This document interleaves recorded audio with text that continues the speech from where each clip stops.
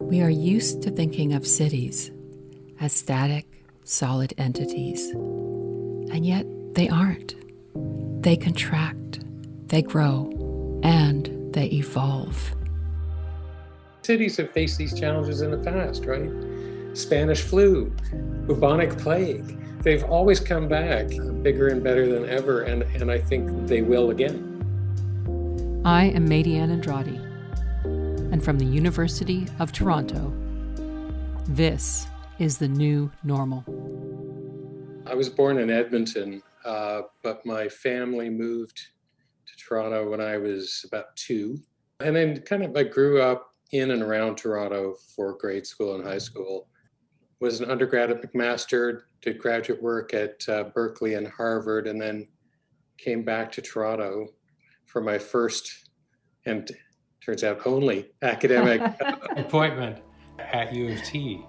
Professor Meric Gertler is an economic geographer, a Fellow of the Royal Society of Canada, an appointee to the Order of Canada, and the 16th President of the University of Toronto.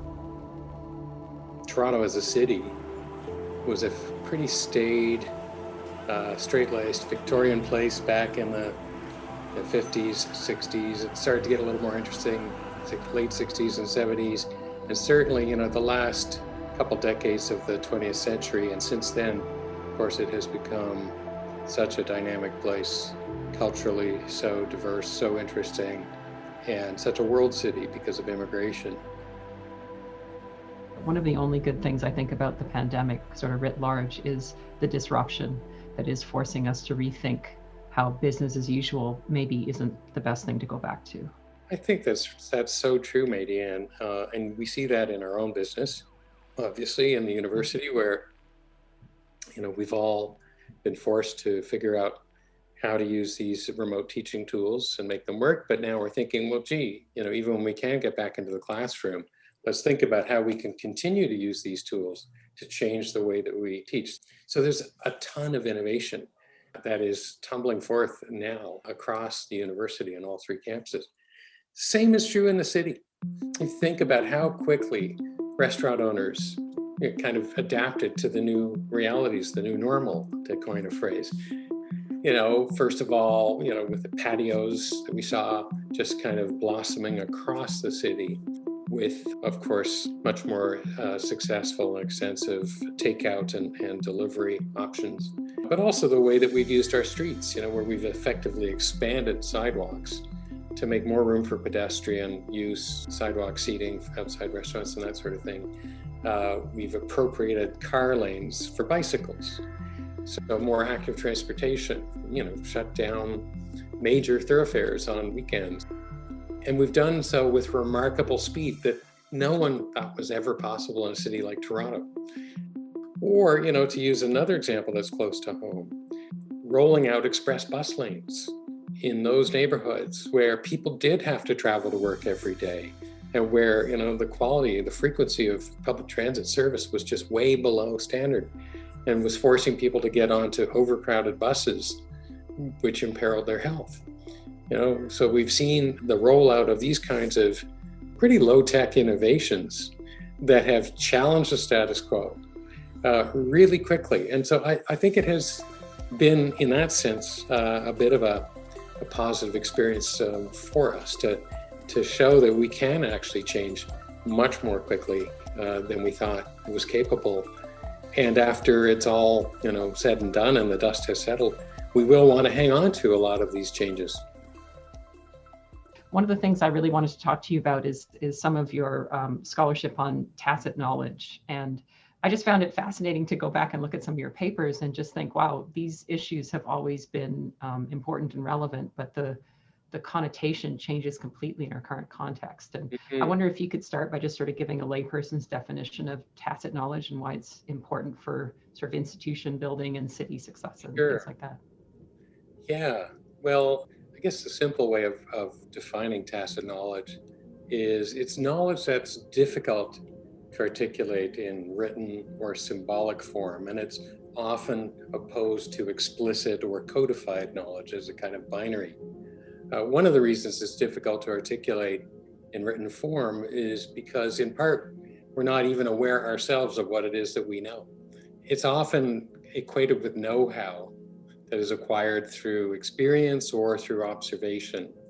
And for that reason, people have pointed out that in order for tacit knowledge to be shared most readily, most successfully, this is best done locally, it's best done in person. So a classic example might be teaching somebody how to swim. You could send somebody a set of written instructions and say, here, follow this, jump in the deep end, go to it. Right. But I think we would all agree it's more effective to demonstrate swimming on the spot in person, and then have the student copy your technique and go through a sometimes painful process of trial and error and make sort of improvements in real time to the student's technique. So that's a good example of you can share as much as you know, but there are other things that you don't know that have to be acquired through experience. The individual who's most closely associated with the concept of tacit knowledge was an eminent scholar, a kind of a polymath named Michael Polanyi. Now that name might ring a bell because he's John Polanyi's father, and he taught at the University of Manchester for many years and then later became a fellow at Merton College in Oxford. Later in his career, developed this sort of fascination for the philosophy of science, the philosophy of knowledge. And in 1966, he published a very famous monograph called The Tacit Dimension, which was kind of rediscovered sort of 30 years later. It was around this time, sort of the last decade of the 20th century, the first decade of this century, people began to realize that innovation is actually a team sport. It's also become apparent that sort of team sport nature of innovation transcends the boundaries of individual firms or research organizations, that it involves the flow of knowledge across the boundaries of the individual firm, and a lot of collaboration and knowledge sharing that drives innovation. A famous former Torontonian named Jane Jacobs, who was an eminent kind of urbanist, lived in the Annex neighborhood in downtown Toronto, published some famous work that argued that cities like Toronto that have diverse urban economies actually have a long-term economic advantage because interesting things happen when knowledge spills over from one sector to another. When something that is kind of routine and well-established in one industry or one sector becomes known to somebody in another sector where it might be revolutionary, or where when you combine knowledge from two different sectors, it leads to breakthrough insights and ideas. I think the other thing, coming back to innovation, is that although employers have claimed that employee productivity went up in the early wave of the pandemic, it's not clear that this is sustainable over time. Or to put it in a different way, I think the downside of distributed working for innovation is something that perhaps we haven't fully appreciated. It's difficult, for example, to have these unplanned, serendipitous encounters with colleagues around the proverbial water cooler. A lot of the teamwork that we have is coasting on or resting on social capital that we've built up over many years, a lot of interaction, a lot of face-to-face interaction, which has engendered trust and understanding and mutual respect. I think it's hard to maintain that over time. So what does the long-term hold? I think that the pandemic has told us that we can work from home more effectively, perhaps, than we thought. And so I think some work from home activity is likely to persist in the future. But of course, let's remind ourselves that it's not available to everyone. Even in the midst of the pandemic, the midst of the second wave, there are a lot of people who have to leave home every day to work. So work from home for them is a luxury that's just beyond their reach. And maybe I'll just touch on that again.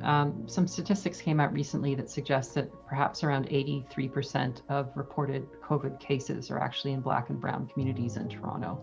And those are also... How do we solve the entrenched challenges of equity in our city? COVID weaves a thread that unites communities because in a pandemic, what affects some affects all. These are the super wicked problems of our generation. Pandemic has indeed accelerated and accentuated a lot of trends that were present before the pandemic, but have become much more stark since the pandemic hit. We see, increasing income inequality and polarization, and often has a geographical expression in the city. So there's certain neighborhoods where, racialized communities are very present, and they have borne the brunt disproportionately of a lot of the risks and a lot of the dangers that have emerged during the pandemic. It's exposed the fact that they're systematically underserved in terms of access to public health or public transit, as we were just saying a few minutes ago. So, it has made us all much more aware of these divides. And I think the university has a really important role to play here. We have a role to play in documenting these inequalities, these trends, analyzing them, understanding them, and helping policymakers and the lay public understand the existence of these problems and their roots. But also to help devise policy tools to address these challenges. The university has always been committed to access, and we have an uncommonly diverse student body, not just culturally, but economically as well. 50% of our domestic undergraduates come from families of pretty modest means and receive needs-based financial aid. That access agenda is going to become even more important for us in the future, to make sure that both young adults as well as more mature learners are not systematically excluded from higher education opportunities. And again, all three of our campuses have engaged so actively and so intentionally in outreach activities, something they were doing well before the pandemic hit. But the importance of that kind of work, I think, is just highlighted even more.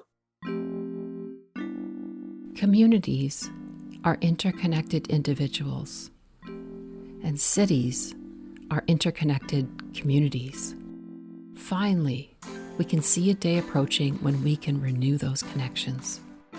What's the first thing you're looking forward to doing when we're allowed to gather in person again? Gosh, well, I'm a geographer, so I can say this honestly. I miss travel. I love to travel. I just think it is so important as a way of developing mutual understanding across cultural and political divides. And the world really needs that right now, right? We really need to find ways to bring people together. And I think that the kind of mutual understanding that comes from spending time interacting with people from different backgrounds, not just locally, but globally, is going to be so important. Great. Thank you so much, Meric. And it's a good timing because my son's down making a snack and I'm starting to hear glasses and stuff in the kitchen, which will bleed into our interview. Right, working from home. I am Maydianne Andrade. This is the new normal.